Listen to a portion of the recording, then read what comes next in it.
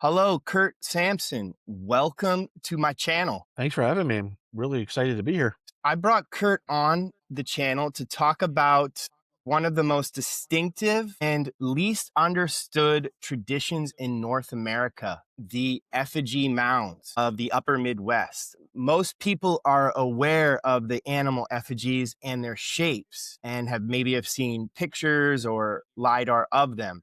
But very few people are aware of the meaning behind these effigy mounds. These effigy mounds are part of appears to be a complex worldview involving clan identities, celestial movements, terrain, water, and the journey of the soul. And so Kurt Absolutely. Sampson here and his colleague Gary Meyer have recently put out a book on the effigy mounds titled Patterns Found in Effigy Mound Groups as a Symbol System. Kurt, I want to kick us off with the question about the effigy mounds and not their shapes, but their meanings.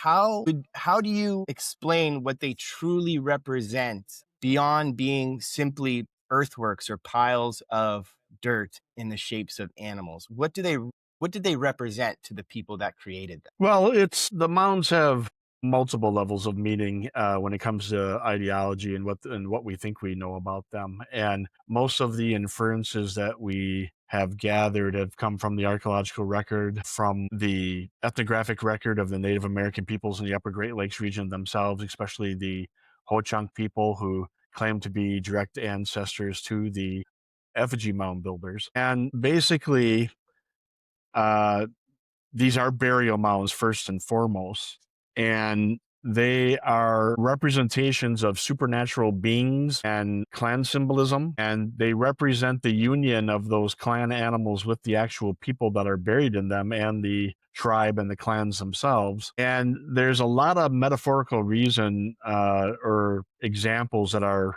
behind the meaning in the mounds, what the animals themselves represent in their own natural world, how those people view those animals and use those animals for spiritual guidance, and the types of rituals and drumming and dancing and all the things that they did to bring these animals literally into being by recreating their cosmological belief system on the landscape. Why are these things then they're concentrated in the upper Midwest as far as I'm aware, right? You don't find too many animal effigy mounds in the Southwest. No, not at all. Virtually none. They're mostly concentrated in the lower southern third of the state of Wisconsin, a little bit in southeastern Minnesota, quite a few in north eastern Iowa, and a little bit in northern Illinois. But by and large, that's pretty much the range of the effigy mounds. Excuse me, and where they're being built. Of course, you have a few effigies that are outside the effigy mound burial complex region that I just described that are examples, such as the Great Serpent Mound down in Ohio. There is another mound in Ohio that takes the form of a water spirit that's in a different part of Ohio. And then another bird Mhm. type mound that's part of the Newark complex we don't, one of the things that I've been studying for several years is to try to understand if there was some type of a connection between the Adena Hopewell culture in the Ohio River Valley, which was predating the effigy mounds in the Middle Woodland by about 1,000 years in some cases, and seeing if there are parallels or to why they started building effigies. The most probable reason why they started to build the effigy mound shapes in the form of animals was most likely closely tied to the beginning of clan symbolism and representations of Mm. those animals as clan symbols. And, the Ho-Chunk, for example, who claim to be descendants of the effigy mound builders, they have 12 clans. All 12 of those clans are represented in mound shaped form in Wisconsin and in that effigy mound region that I just described. And so it's a very complex religious belief system. It's something that we've been studying, myself personally, for, without exaggeration, for almost 50 years now. And Wow. there are a handful of other researchers in Wisconsin that and the region that have been studying the mounds for many years. Real systematic professional excavations of mounds don't really occur until the 1920s in Wisconsin. And Wisconsin has a Mm. Burial Sites Protection Act now, which was enacted back in 1986. So really, up until like through most of the first half of the 20th century, archaeologists were still excavating mounds, but not that many of them, believe it or not, were really excavated.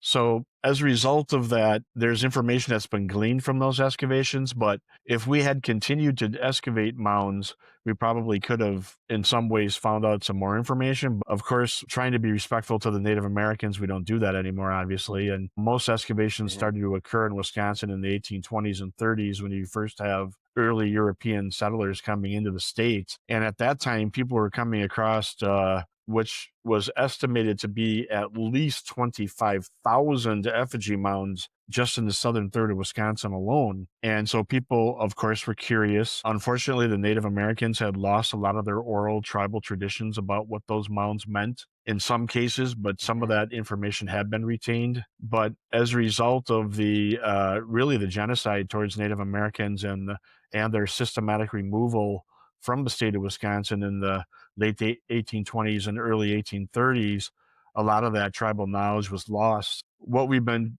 basically doing is starting with the Native Americans themselves first, listening to what they're telling us about the mounds or what they have retained in their tribal knowledge about the meaning of the mounds and why they were constructed. And then also taking all those other avenues of inquiry from the excavations, studying other tribal ethnographies, looking for similarities in belief systems and myths and legends that might pertain to give us some insights about the mounds.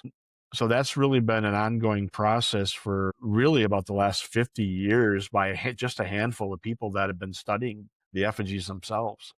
Interesting. Now, for the people that are tuned in and are not totally, filled in on the background, you're the curator, I know, of the Dodge County Historical Society, correct? But you're also Yes, that's correct. the That's in one of the yeah. Yep. You're also considered, I wrote it down, the Mound expert for the Effigy Mounds initiative. And Effigy Mounds is a national historic landmark. Could you maybe fill us in a little bit on what exactly is found at the Effigy Mounds National Landmark and tell us, maybe the ages of when it was constructed? So, um, so yeah, like you said, I'm the director and curator of museum for the Dodge County Historic Society, which is located in central Dodge County in central Wisconsin. And I've been an archaeologist, professional archaeologist in the state of Wisconsin for about 30 years.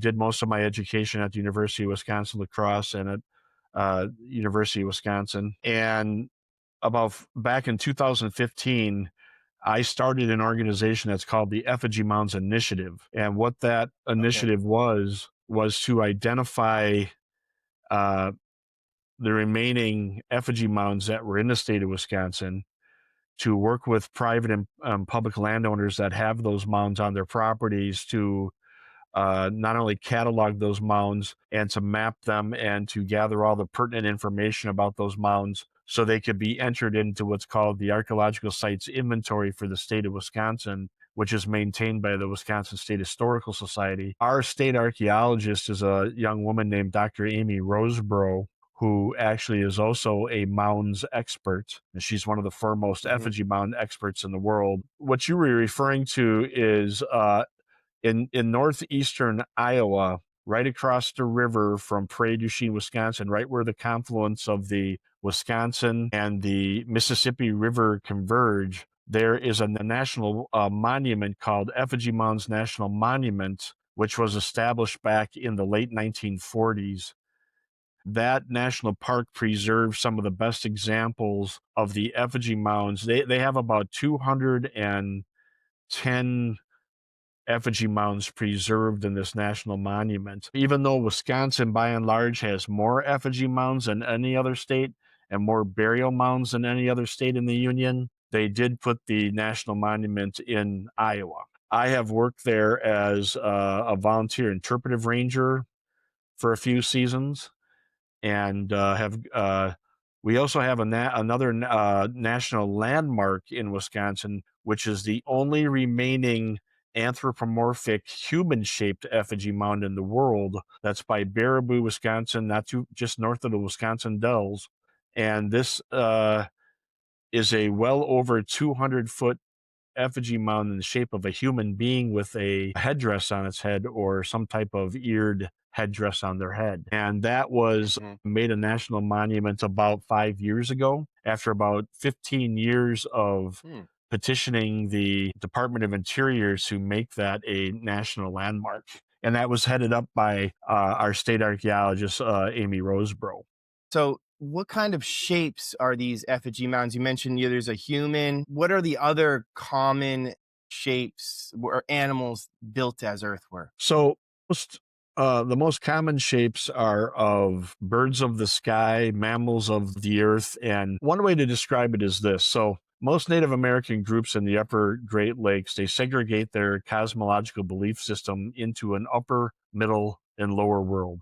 So you have the birds of the upper world, you have the mammals and humans of the middle world, or this plane that we're on now. And then they also have a whole other mythological realm of what they call the underworld, that's controlled by mythological water spirits, water panthers, and serpents. The most common effigy mounds are bear shaped mounds and large bird shaped mounds that we call eagles. Some of them are hawks, some of them are maybe undistinguishable types of birds.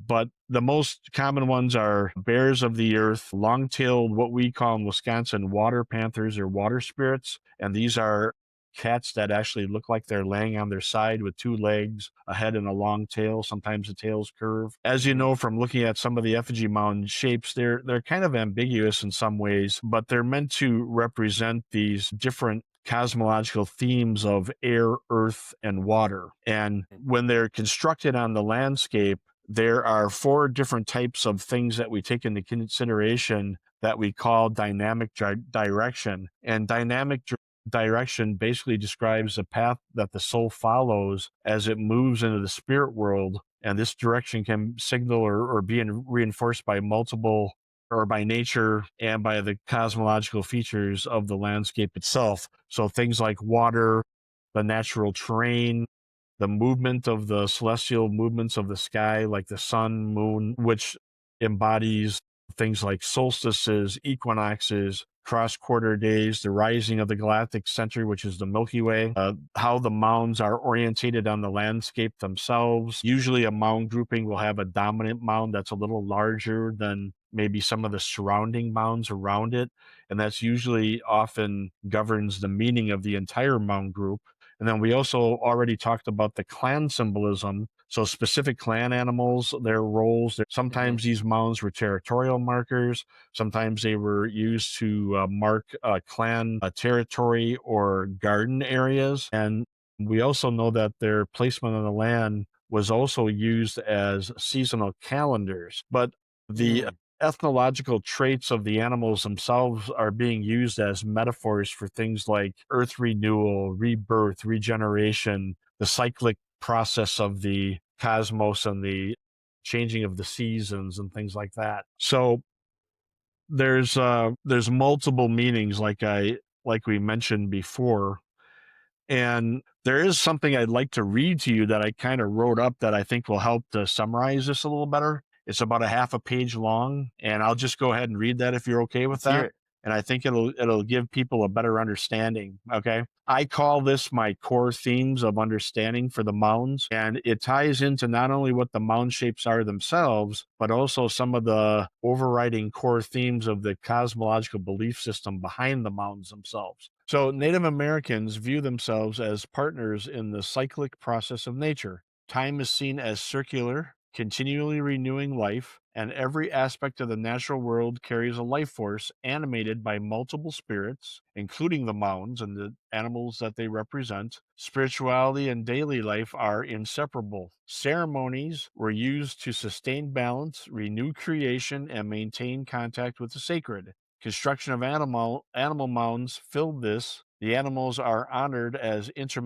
intermediaries between teachers and the humans themselves, each with sacred qualities. Clan animals symbolize these powers, often represented in these effigy mounds. The universe is understood as a paired complementary force, sky and earth, positive and negative, working together to sustain life. Unlike latter Christian interpretations of a single great spirit, Native Americans focused on balance rather than the dichotomy of good versus evil. Rituals seek to correct imbalance and restore the natural harmony and the cyclic nature of the world. Mound building reflects this worldview. Constellations were mirrored in some mound constructions on the earth, making mound construction an act of sacred recreation that united communities and connected humans to this cosmological belief system. It also fulfilled the belief that humans must assist in the natural, ongoing process of Earth renewal and its creative process.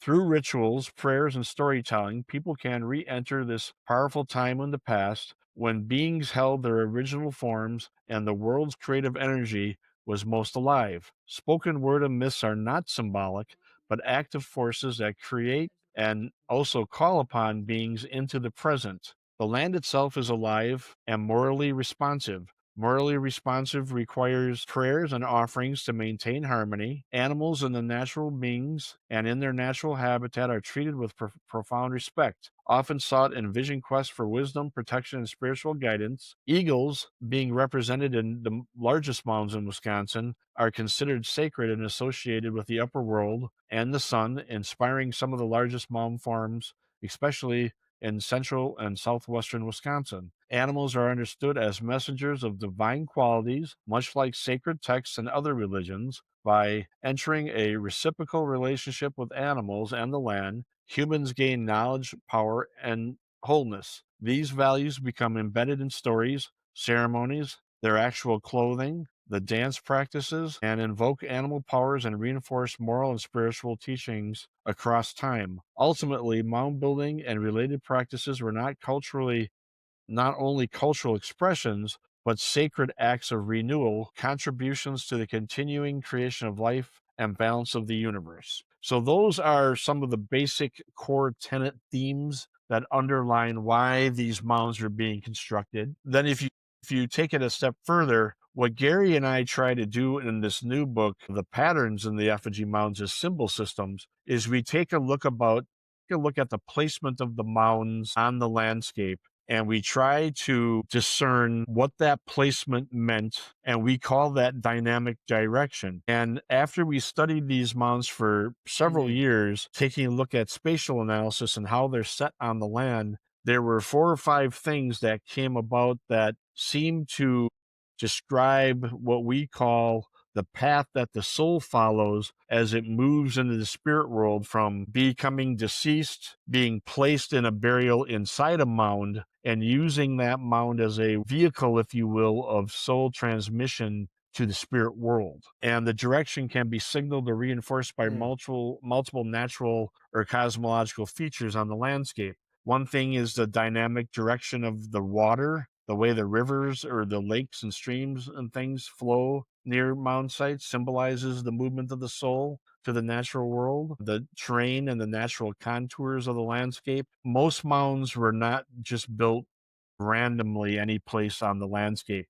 These mound sites were chosen for their inherent supernatural attributes of the landscape themselves. So if you have higher contours of the land, oftentimes upper world beings like thunderbirds and eagles and other types of mounds that represent those forms are placed higher on the landscape. And in the reverse of that, when you have beings of the middle world like humans and bears and other types of mammals that are represented, wolves, canine, deer, otters, just about every animal that you can think in the natural world in the woodland of Wisconsin is represented in mound shaped form in some way. And then they have that whole other mythological realm of the underworld. And what we've also come to realize is that springs, natural springs, which are abundant in our region here, were also one of the reasons why mound groupings were placed in a certain area. Most of the Native Americans in the Upper Great Lakes will tell you that they consider springs to be sacred, where the spirits of animals and humans could go between the upper and lower world. And oftentimes you'll see water spirit type mounds crawling down into the water or crawling down into springs, or you'll see them crawling out. And oftentimes you'll see bird mounds placed higher on the landscape, where it looks like they're literally taking off to go to fly in some dynamic direction. One of the things that Mm, Gary and I tried to do when we wrote this book was to really take a very careful look at what the Native Americans themselves had to say about the mounds and what types of ethnographic stories could have been recorded that might relate to what we're looking at on the landscape here 1,000 years later. There's a famous archaeologist that I grew up knowing and studying named Dr. Robert Hall, who wrote a very famous book called The Archaeology of the Soul. And what he said was, one of the things he said in that book is that you couldn't have had a nearly 2,000 year period of mound construction in the upper Great Lakes without some of that religious ideology still present in the belief systems of the modern Native Americans today. And one of the concepts that kept coming up time and time again was this concept of the path of souls. And what the path of souls is literally the Milky Way. mm, Now, over the last decade or so, we've taken a very hard look at mound site placement on the topography of the landscape. And what we've come to realize is that most of the mound groupings and even singular mounds, that when they're constructed as a single mound instead of a grouping of mounds, but mound groupings and singular mounds all seem to be by and large trending in the same direction. And what I mean by that, if you take the head of the animal and its placement on the ground in the plane view on its side, like most effigies look like, you will see the head trending in a south by just off of southwest direction. So when we figure that out by studying over 1,000 mound sites and figuring out that nearly 85% of those mound groups are trending in the same direction on the terrain, then we started asking archaeoastronomy questions about why that might be. And there's another mound researcher that Gary and I have worked with, a few other archaeologists over the years, who's not an archaeologist, but somebody who is brilliant in his own right by working with us, a guy named Mark Olson. And Mark and I figured out that what we think that these mound sites are doing is that they're trending on the landscape to show that they're literally walking towards the galactic center rise of the Milky Way on the landscape. So if you're in the southern third of Wisconsin, in hmm. this latitude and longitude, and between the months of the end of May and to the end of October, what you will see happening on the southern horizon, if you stand in the middle of any mound site, is you will see the Milky Way rise at dusk out of the horizon and go up above the mound site. And as the Earth rotates, it goes off to the northeast. The only time you can see the entirety of the Milky Way in this hemisphere, or that southern third of Wisconsin, is between the end of May and the end of October. And when you think about it, that makes sense because that's when the ground is not frozen in Wisconsin and people could scrape up dirt and they could do large scale mound construction on the landscape during that time. And, also through ethnographic studies, we know that during the winter months, that most Native American peoples in the past would break into smaller hunting and gathering groups when resources were not as plentiful. But in the late spring, they would recongregate into larger villages, literally bring their dead with them, get together at a mound site, and then perform mound site ritualism to build a mound. But this idea of getting back to this idea Mm, of the path of souls, when we started studying a lot of ethnographies of a lot of different groups, both Algonquin and Siouan speaking peoples, there was a common theme that kept cropping up. And it was this idea that when the Native American person died, that their soul was transmuted up to the Milky Way in the sky, and that they had to perform a journey to go through the Milky Way starting at the galactic center, and to reach the star clusters above, which are the ancestors in the upper world. One of the reasons that we believe that the mounds are so large built on the landscape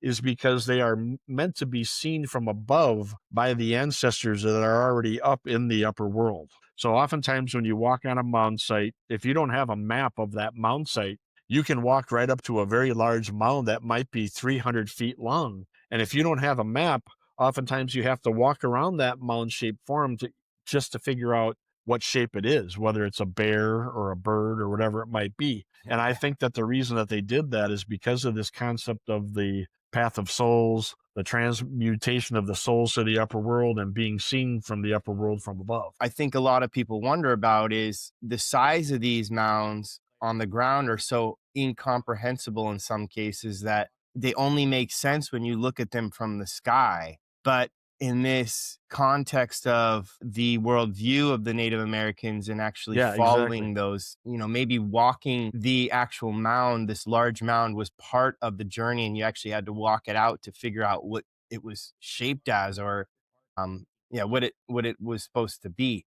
When you look at some of these mounds from the aerial photographs, it looks like they could just get up and walk away. And you're saying they are part of this orientation of where they are is very important for Exactly. their purpose. Maybe could you give us some concrete specific examples of this where the orientation signals the meaning in the mound? Sure. So, for instance, effigy mounds were constructed between about 600 AD to about 1100, 1200 AD, give or take 100 years on either side of those dates. And before effigy mounds are being constructed in what we call the late woodland period in Wisconsin prehistory, there were the very first types of mounds being constructed were large conical dome-shaped burial mounds, and then a little while after that, some shorter cigar-shaped linear embankment type mounds. And mounds are first constructed in Wisconsin by about 500 BC, right at the beginning of what we call the early woodland, right at the tail end of the late Archaic period.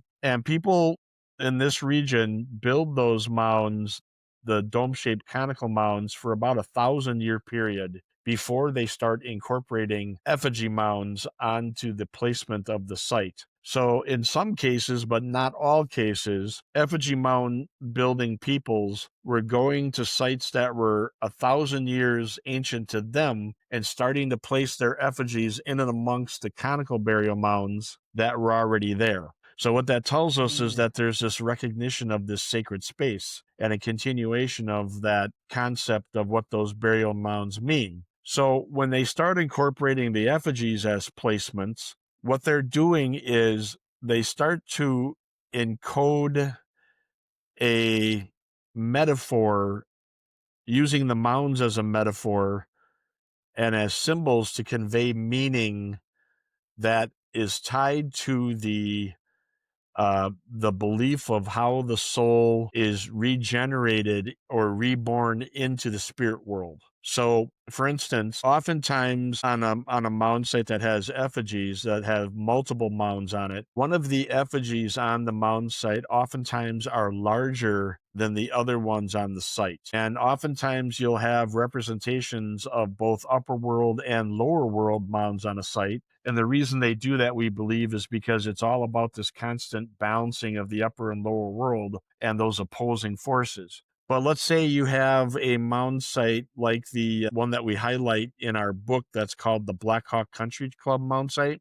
Well, that mound site has a very Okay. large, prominent, long-necked goose mound the on a golf course. Unfortunately, this mound is on a golf course, but they do protect the mounds and preserve them. And just below those mounds are 3 bear effigy mounds. And one of the bears in the group is very large. And then they go down in size from large to middle to medium size to small size. And what Gary and I believe that they're doing is they're trying to show a generational metaphor for a mother, father, and an offspring. And so and then Okay. upslope from those bear mounds, just a little bit to the side of where the goose mound is placed, there is some large conical mounds. And what we believe is happening is that this site is telling us that this is a bear clan mound site, and that the people that are buried in the conical mounds adjacent to the bear mounds are people of the bear clan, and they're showing the regeneration cyclic nature of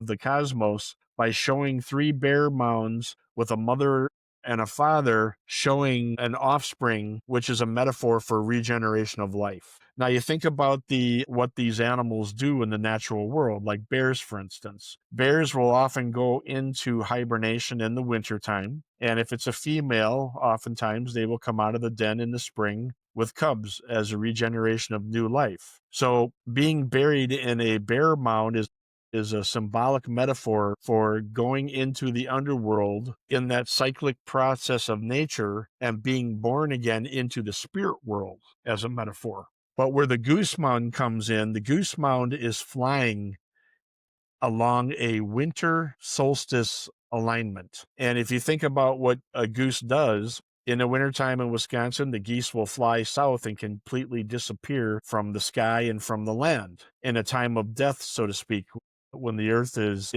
dying in the winter. And so symbolically, the goose flies off to the land of the dead, but in the spring, it returns as part of that cyclic regeneration and cyclic renewal of life on the landscape. So it's kind of a concept of everything comes from the earth, everything goes back to the earth, and vice versa. But they're using these clan symbols as a way to not only show that these people are affiliated with the supernatural attributes of that animal, but they're also using it as a metaphor for regeneration and rebirth. And but it's a rebirth into the spirit world from this world as a metaphor type of thing. And so we've been able Okay. to identify that exact pattern on numerous effigy mound groupings around the state of Wisconsin. I like that example of the goose, and considering, the seasonality of Wisconsin is very important to the cosmological worldview of these people, because it's such a extreme strong winter and strong summer there, where you, life is, punctuated by the movement of the season. Exactly. Exactly.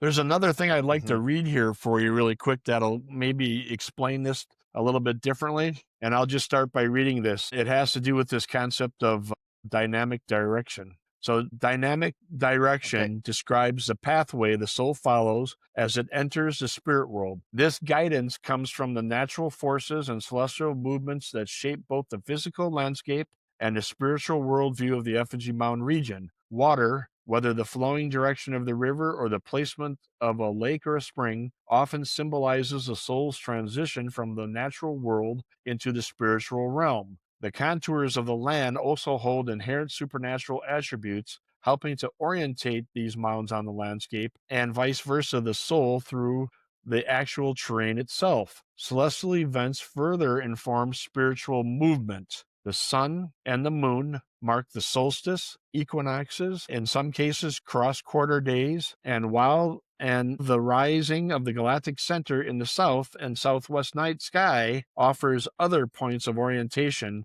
for the path of soul. These cosmic markers, combined with the alignment of the footprint of the mounds and how they're arranged on the landscape themselves, creates a directional clue to the path of the soul. Many mounds appear positioned as if they could rise and walk, like you mentioned before, and their orientations form guardianship patterns or align with solar events. Within mound groupings, the largest effigy often governs the meaning of the entire arrangement. Clan symbolism and animal relationships also shape interpretation. Effigy forms may represent territorial boundaries, gardens, and seasonal calendars. The behaviors of these animals themselves, gestation, regeneration, cyclic change, are all used as metaphors for birth, rebirth, and soul adoption. Different tribal groups added and modified meaning over time to reflect these evolving mounds and the way they were built on the landscape. These ideas are reinforced by the theology of the medicine wheel of the Western plains as well, which is very similar, which emphasizes balance and harmony in the spiritual world. Effigy mounds express deep connection between the people, earth, and spirit. They appear both rooted in the land and emerging from it, embodying the teachings that come from the earth, ultimately everything returning to the earth. Burials within the mound symbolize death as a physical body and a rebirth of the soul from an earthen womb, and a transformative process rooted in intentional rituals that are performed by Native American peoples. In the Ho Chunk tradition, transformations between humans and animals were believed possible, and effigy mound sites represent a latter expression of these transformative relationships. Some mound groups mark ceremonial centers where construction of an effigy symbolized the birth of a clan animal and a spiritual rebirth of the human soul. The clan animal and the reciprocal relationship shape the meaning of each mound group. Burials in the heart region or sacrum of the animal shape reflect the ongoing metaphor of birth and renewal. Together, these concepts form the complex ritual landscape where natural forces, celestial movements, and cultural traditions guide souls on their journey from the physical into the spiritual world. So that's what I kind of wrote up to give some people a little bit better understanding of what we're trying to portray in the book. What Gary and I Mhm. do is we use 7 or 8 examples of 7 different mound sites that have slightly different positions on the landscape that show these celestial concepts in relation with the clan animals and their symbolism, and how that shows not only the regeneration of life and the balancing, but also the rebirth of the spirit into the spirit world. And so when we were studying that spatial analysis, we very quickly started to learn that many of the effigies are of the animals, like the bears and the birds, are being used as those metaphors to show these celestial alignments, like bears walking into the winter solstice along with the geese. But in some cases, you'll have a deer which Mm. will be walking in a eastern direction to the rise of the sun. And we know from the Ho Chunk tell us that the deer clan and the deer animals themselves were meant to be guides or guardians of the spirits being reborn in the spirit world with the rising sun. So all of these mounds have deep metaphorical meaning in relation to where they're placed on the landscape, how on the landscape, and how they're intertwined with the other mounds to reflect this spiritual renewal, so to speak. One of the Mhm. clues that helped us to try to start figuring some of these things out was that placement of the mounds in those south by southwest directions, and the fact that when we would talk to Native American elders, they kept telling Gary, well, look at the mound itself where its feet placement are, and if that animal was to stand up, where would it be walking to off into the distance? And then very quickly, we were able to Mm. discern that there was an actual intentional patterning to the placement of these mounds and where they were walking off into the distance to show these concepts. Mm. Okay, that is very cool. So that's the interesting part of this book, is that you're really trying to incorporate the indigenous perspective in looking at these mounds, rather than just simply as, symbols of animals that have no real orientation in the world and no real meaning cosmologically. But when we get down to more of the basics behind the mounds, I know it's Serpent Mound, which is in Ohio. It's a separate. We're not talking about that necessarily we're not in Wisconsin, let's say. There's a little bit of a debate behind the age of Serpent Mound, and Brad Lepper is is a proponent that it's dated to more of about 1,000 years ago. Now, when we go to Wisconsin, how have you as scientists determined the ages of these mounds, especially since you haven't been able to excavate them, at least, in the last, since they've been protected? Where are you getting the ages? Well, the ages are coming from previous excavations that they did do up until the 1980s. There was a professor named Will McKern who was an archaeologist that came to the Milwaukee Public Museum where I used to work before I went to Dodge County. And McKern set out in 1927 to excavate a series of effigy mound sites across the state of Wisconsin, starting in northeastern Wisconsin, just south of Green Bay by Sheboygan. And he worked his way across the state, even into Dodge County, into my neck of the woods. And he was excavating mounds with the express purpose at that time to try to get information about the entirety of Wisconsin prehistory. Well, obviously, that's not what happened, because we have a more than a 12,000 year human occupation of the state of Wisconsin.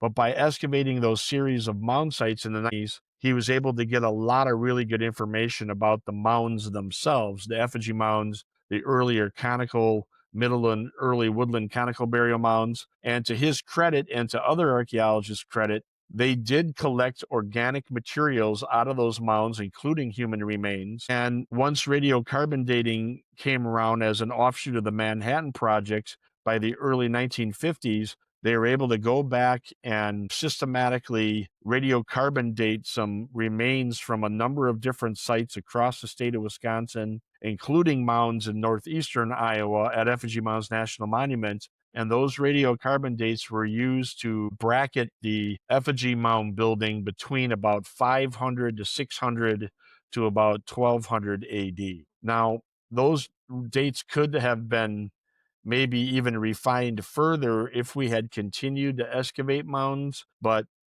we've done enough excavation of mounds. Obviously, we know what's in them. We have a pretty good understanding about why they were built, and looking at this ethnographic information and what the Native Americans themselves are saying about it, and how that also fits into the general time frame of what we also know about human prehistory based on what we call diagnostic artifacts. Diagnostic artifacts are pottery, projectile points, and those things being found in relation with mounds or human remains help us to date sites. The projectile point stone tools are pretty well in a chronology now that we understand, from the earliest Paleo-Indians all the way through the early historic period, as is the prehistoric pottery, which begins right at the beginning of mound construction about 500 BC. And then by excavating mounds not only in Wisconsin, but during the Bureau of Ethnology, late 1880s, early 1890s excavations, which were head up by Cyrus Thomas and the Bureau of Ethnology, we've been able to get a bunch of cross dates across the country that not only help date Serpent Mound and other Adena Hopewell burial mounds from a completely different culture from the Middle Woodland and Early Woodland, but also how that applies to mounds in Wisconsin that are effigy mound shapes, and where those things fit in that chronology, so to speak, based on artifact type, mound type, placement on the landscape, and how those things have been dated for the last 50, 60 years or so, really. Okay. That's so radiocarbon is kind of how you've gathered that those ages is what I was kind of wondering. Sometimes people do tree rings and other things like that, but you also have diagnostic artifacts. The bracketing of the ages for the mounds is fairly well constrained at this point. Yes. Yeah. We have a very good idea of the timeline of construction of the earliest mounds all the way through the up until early European contact with groups in the eastern seaboard and in Wisconsin. Okay. Um, now, how far north can you find animal effigy mounds? Can you get? Are they north of Lake Superior, or are they all south of the Great Lakes? No, no.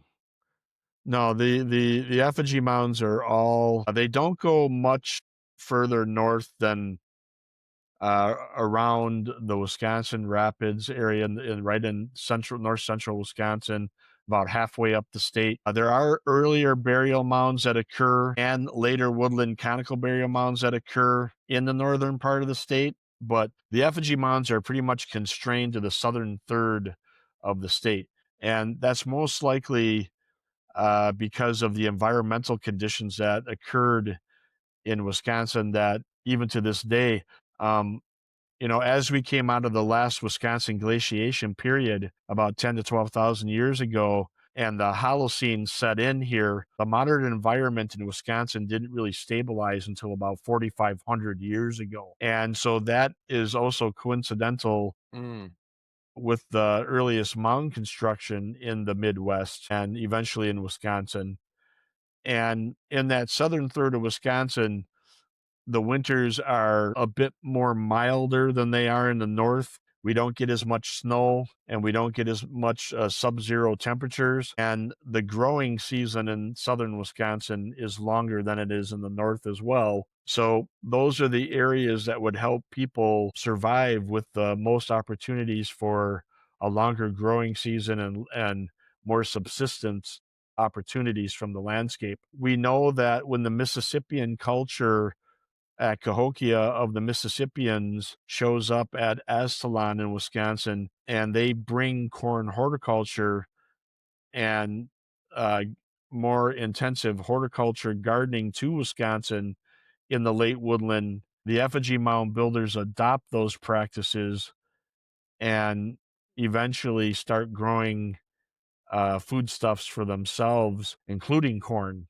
And that happens probably around 1000 AD, maybe 900 AD, maybe a little bit earlier. You have corn being developed in Central America, makes its way over to the American Southwest, eventually into the lower Mississippi Valley Delta. It comes all the way up to Mississippi into south central Wisconsin, and is brought here by people from Cahokia. In south central Wisconsin, we have a Mississippian site called Aztalan, which was a literal satellite or outpost of the Mississippian city state of Cahokia around 1,000 years ago. And one of the reasons that we think that they stopped building effigy mounds right somewhere between 1100 and 1200 AD is because of the Mississippian intrusion that comes into Wisconsin. These Mississippian folks show up with an entirely different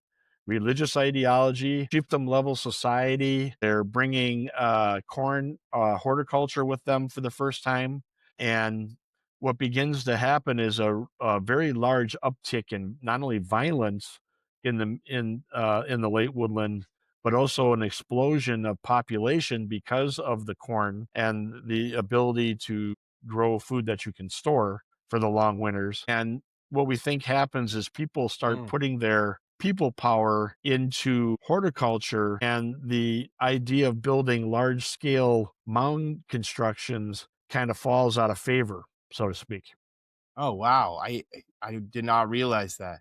Yeah, I'm glad you brought up Aztalan and Cahokia. I was gonna bring that up and ask you about Aztalan and how this fits into the animal effigy traditions. But yeah, you're saying it actually falls away at the same time Aztalan and maize come to Wisconsin. So at Aztalan, where it's situated, on a tributary of the Rock River, just west of Milwaukee, about 50 minutes and about 25 minutes east of Madison. Those Mississippianized folks that come up from Cahokia, they already come to an established middle and late woodland village site. And some of those indigenous late woodland peoples that are effigy mound builders, some of them buy into this Mississippian ideal and some of them don't. And like most Mississippian village sites, there was a 24-acre palisaded village where they built a 10 to 12-foot palisade wall around the village because they were having trouble in the neighborhood, so to speak. When they come up the Rock River off the Mississippi, one of the lakes that they bypass that the Rock River flows through is a lake called Koshkonong. And on Lake Koshkonong, there are 30 different effigy mound groups or effigy mound burial sites all around this large lake. So when those Mississippian people show up there, the effigy mound building complex tradition and those people are firmly entrenched at that spot. So they go up a tributary of the Rock River called the Crawfish and establish a Mississippian outpost north of Lake Koshkonong and just west of Madison. And there were effigy mounds on the site proper that were destroyed by the construction of the Mississippian platform mounds that are constructed on that site. So the Mississippians, they bring an entirely different mound building tradition with them, and that seems to lead to the demise of the effigy mounds with this new religious ideology that's brought into the region. And when the effigy mounds stopped being constructed right around 1100 to 1200 AD, there begins to form a archaeological tradition called the Onioto culture that you may have heard of. And what Onioto is a hybrid culture of late woodland indigenous mound builders adopting some of the Mississippian practices, and it's reflected in their artifacts with a hybrid pottery and the Mississippian motifs and ideology that are part of that belief system.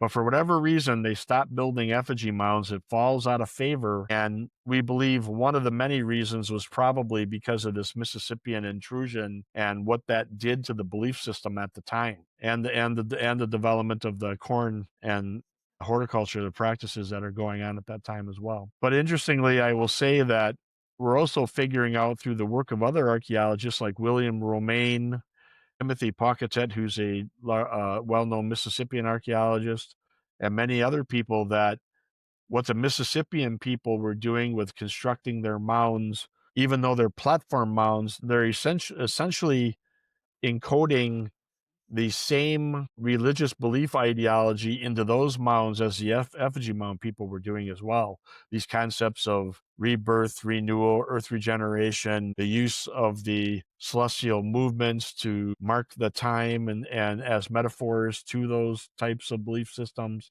So this is something that begins somewhere as far back as the Adena Hopewell culture in the very early Middle Woodland and continues all the way through the late Woodland for at least almost a 2,000-year period, where they have the same basic religious concepts of earth renewal, earth regeneration, rebirth, birth into the spirit world, but there are different groups just portraying this in slightly different manners, so to speak. And I'll say this too about the effigy mound builders. A good way to think about effigy mound burial complex, as we call it now, is that oftentimes people will ask me, well, who built the effigy mounds? Was it the Menominee? Was it the Ho Chunk? Was it somebody else? And a better way to think about it is that most indigenous peoples at that time, or during the mound construction period from Middle Woodland times through the late Woodland, most Native American groups were involved with mound construction at one time or another in their history. Some of them continued to do it and make it more of a focal point of their religious ideology and their culture,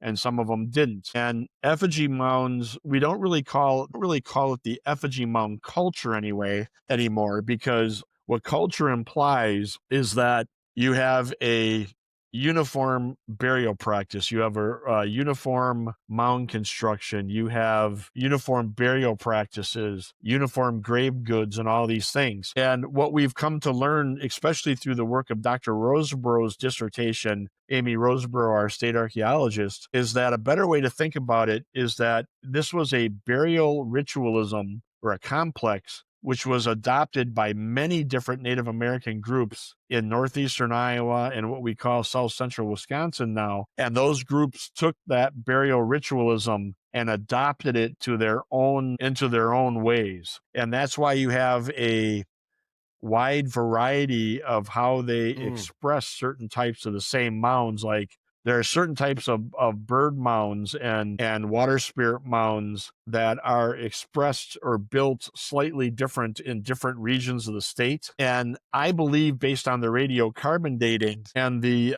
conservative mound shapes of northeastern Iowa and southeastern Wisconsin, that the effigy mound building, in my opinion, gave rise in that region first and spread from west to east across the state of Wisconsin. When you go from southwestern Wisconsin to eastern Wisconsin, the mound shapes become a little bit more complex. So you have these people that are taking these mound shapes, and then shaman that are taking a water spirit form and adopting it to their own need and to their own belief system. So there are certain types of water spirit mounds, certain types of bird mounds, and certain types of other types of mammal mounds that only occur in tight geographic areas of the state that are being controlled by different indigenous groups at that time that are practicing an overarching religious burial practice, but it's not a uniform culture all the way across the state.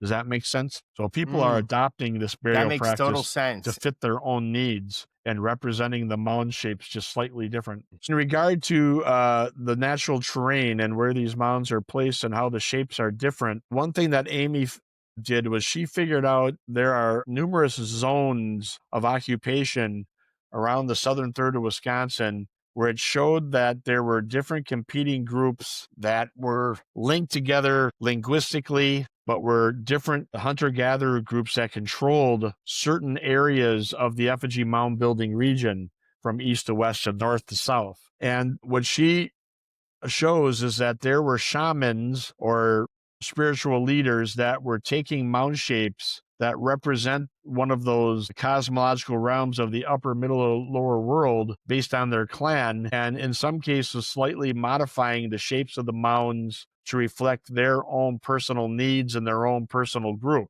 So for instance, in Dodge County, in my other book, Bill Volkert and I document numerous goose mounds with long necks that only have swept back wings on them, and a mound shape that for a lack of a better way to describe it, kind of looks like a keyhole shape or maybe a tadpole. And those are only found in a very tight geographic area of southeastern Dodge County. And one thing that's interesting too is that in southeastern Wisconsin, the landscape is almost entirely dominated by water spirit effigy mound forms, long-tailed panthers, tadpoles, turtle mounds, and is virtually devoid of bear mounds and certain types of straight-winged bird mounds that you see in western Wisconsin. So in southeastern Wisconsin, you have a predominance of springs, lakes, deep glacial lakes, the Rock River, the Fox River, and Lake Michigan. And so the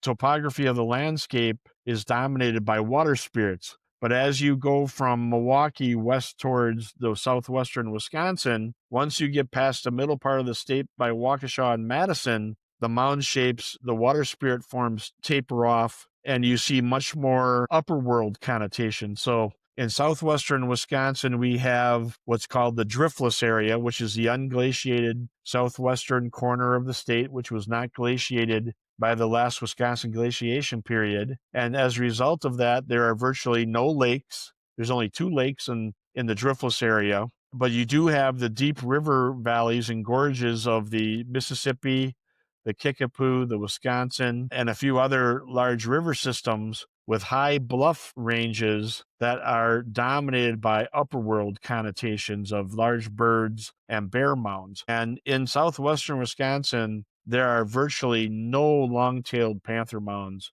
I think there are maybe 2 documented water spirit type mounds in southwestern Wisconsin.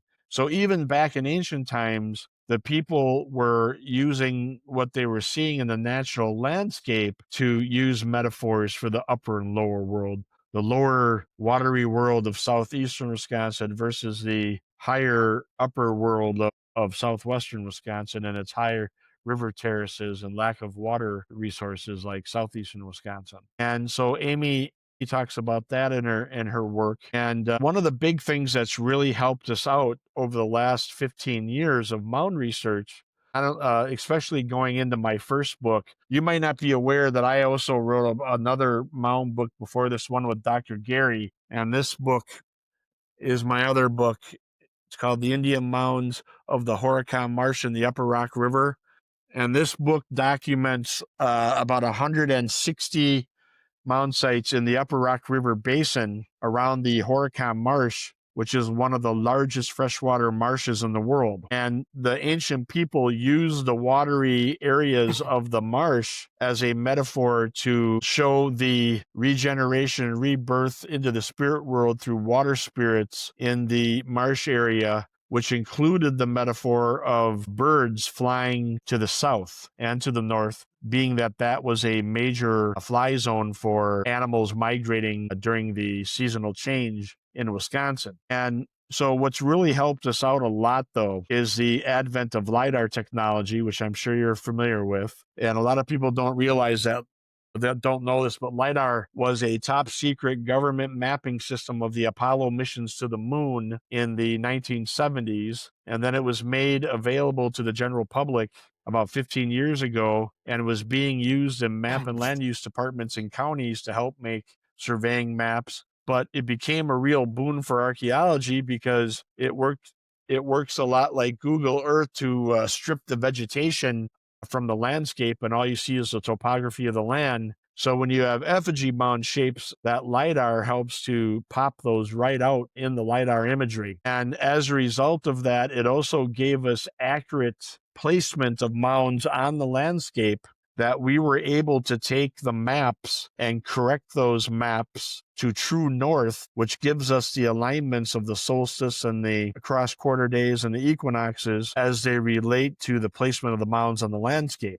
And the other thing that is really good about the Lidar is that we have identified dozens of undocumented mound shapes in the last decade all across the effigy mound building region that have never been documented before. But because of the use of the Lidar, we're finding more and more of them every year, especially in the southwest part of the state of Wisconsin, which is unglaciated, very hilly terrain that is difficult to access on foot. So as a result of the LiDAR, we've been able to find over the last, I would say over the last 3 years, we have probably documented another 30 unknown effigy mound sites in the state of Wisconsin just based on using LiDAR technology alone. And more of them are being found almost on a monthly basis. And I use that LiDAR quite a bit. The first book that I wrote with a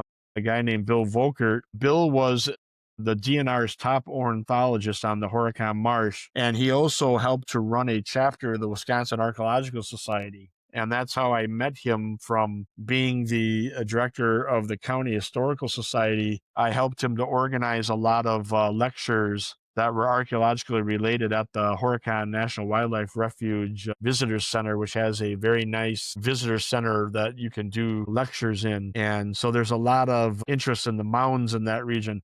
Dodge County has one of the highest concentrations of effigy mounds in the state of Wisconsin because of the Horicon Marsh, which was virtually an ancient Walmart for people. Everything that people needed to survive the winter, especially, was on the marsh: waterfowl, deer, cattails for making wigwams, dozens of plant species that they use for not only food but medicinal purposes. And all of those things are also incorporated into the general belief system of the mounds and the ideology behind them themselves. Interesting.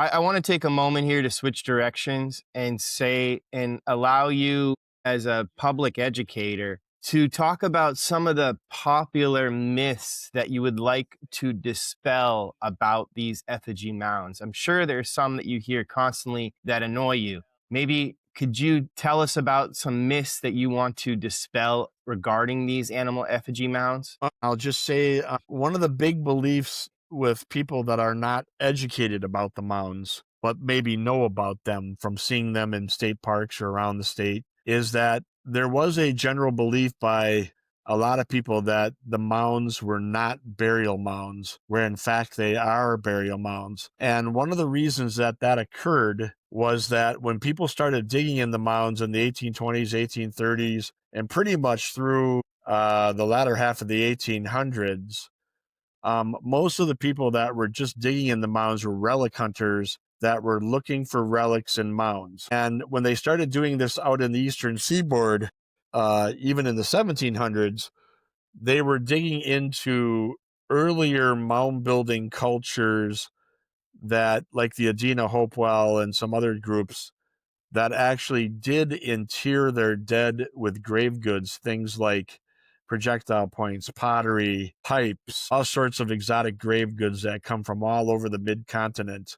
And so people started digging in mounds looking for relics. But the problem with effigy mounds is that when you get into the late woodland period and they start building the effigy mounds, for whatever reason, they get away from interring people with grave goods. So what happens is people were digging in mounds and they were writing about them and they weren't finding anything. And what they meant by that was, well, we didn't find any grave goods. And so that got into the literature. And then some people took that at face value to say that effigy mounds didn't contain burials. They didn't contain anything. Well, the problem with that is that most of these relic hunters were digging in effigy mounds, were not trained excavators, were not trained archaeologists, and they were not trained to discern cremation burials or bundle burials that had disintegrated to the point where they were not recognizable, depending on the soil conditions and things like that, 1,000 years later. And they weren't finding any grave goods, so they wrote in the literature that got out into the general public that there was nothing in these mounds. So as a result of that, it didn't help the cause of the mounds when settlers were flooding into regions of southern Wisconsin and basically plowing up and destroying the mounds for agriculture, because a lot of people had the idea that these were not burials. And one of the reasons that a lot of the mounds in southwestern Wisconsin are still preserved, and especially in my neck of the woods in Dodge County, Well, Dodge County is a glaciated landscape that has thousands of southwest trending glacial drumlin hills. And as a result of that, many of the mounds were built on the higher ground to get closer to the heavens based on that cosmology that we talked about earlier, about wanting to be closer to the ancestors in the sky. And as a result of that, the glacial till on top of these drumlin hills was not conducive to agriculture. And so they were not plowed over like they were in some other parts of the state. Well, they were preserved in the southwestern part of the state because a lot of those upland hills along the Mississippi and many of the tributaries that go into the driftless area are up on higher ground in areas that were not plowed. So today, as a result of the Euro-American expansion into the upper Great Lakes region, nearly 90% of the effigy mounds were destroyed. We only have about 3,400 effigy mounds out of about 25 to 30,000 that once existed, but 80 to 85% of them to 90% of them in some areas have been destroyed. So the ones that are still there, we're definitely trying to make sure that we're documenting them and making sure that the landowners understand that these are burials, they are people buried in the effigies, and that they are protected by the Burial Sites Protection Act, which was signed into law in 1986 by Governor Tommy Thompson at that time. So what the Effigy Mounds Initiative seeks to do with my organization is we go around the state and we work with private and public landowners that own mound sites, and we make sure that those mound sites are documented and registered into the State Registry of Historic Places, so they fall under the full protection of the Burial Sites Protection Act, and that they can't be molested or dug into or destroyed in any way for any development. And once the landowner understands that, then what the state does is that they offer the landowner an opportunity to write that portion of that land off their property taxes once they're documented and put into the archaeological sites inventory. So what I do is I help the landowners do that, get them registered, and then I have a crew of about 15 to 20 people, and we go out and we help care for the mound site. Oftentimes, these mound sites are overgrown with invasive woody vegetation like buckthorn and honeysuckle and things like that, or they have very large trees growing on top of them, which will eventually fall over and uproot the mound. So we go out in the winter months right around this time when the ground finally freezes, and we go out there and we cut all of the vegetation off the mounds, provide at least a 5-foot buffer to each individual mound. And the way the burial sites law is written is that there has to be a 15-foot bumper area or buffer zone around the entire mound site where you can't build anything within 15 feet of any given mound or the mound site proper. And we also work with prairie enthusiast groups to help reseed the tops of the mounds. Some of the mounds have been dug into, and in some cases, we restore some soil to the mounds and plant different types of prairie grasses on top of them to help with erosional issues. But by and large, the biggest misconception has been in the past that the burial mounds, or the effigy mounds in particular, did not contain burials, but they do in fact contain burials. So that's the biggest misconception. Okay, that's great. I'm glad you cleared that up out there in the ether. Well, I think you answered everything I wanted to know about effigy mounds and helped to, tie it into the beliefs of the indigenous people that created them. And this is part of an overarching project that you've worked on with Gary Meyer, and we're talking about today a new book you're having coming out, Patterns Found in Effigy Mound Groups as a Symbol System. And so, Kurt, I want to thank you for coming on the channel today and taking the time to talk with us all about your important work and all that you and your colleagues have done. And I'm so happy to hear that there are groups of people out there like you preserving the mound sites, removing vegetation, and incorporating the importance of these sites into everyone's everyday life and the landowners today. So thank you for doing that on behalf of us all. Any shout outs to anyone out there? I just want to thank you again for having inviting me on. I'd like to thank my all the mountain warriors out there across the state of Wisconsin and our region that are helping to work with the Native American tribes to preserve the mounds and to care for them. And as you know, archaeological resources are non-renewable, and once these mounds are gone, they're gone forever. So we're doing our best to protect and preserve and to educate people about the remaining mounds that are out there.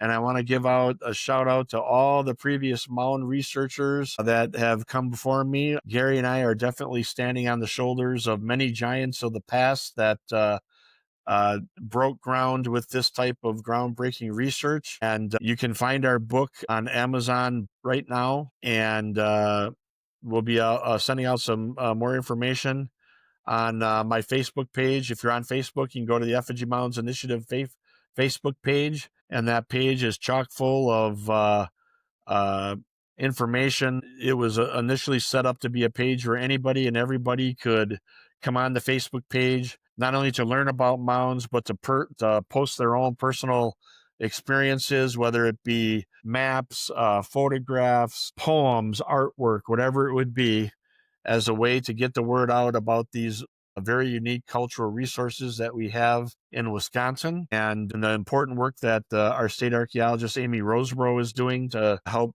bring that to the forefront. And again, thank you, and I look forward to seeing the podcast. And if you'd ever like to have us come back on, we'll be more than happy to do that. Thank you. Great. And if you enjoyed this conversation, please subscribe to this channel. It's free. Or like this video, or drop a comment below. We'll be checking the comments. Okay. See you. Bye, Kurt.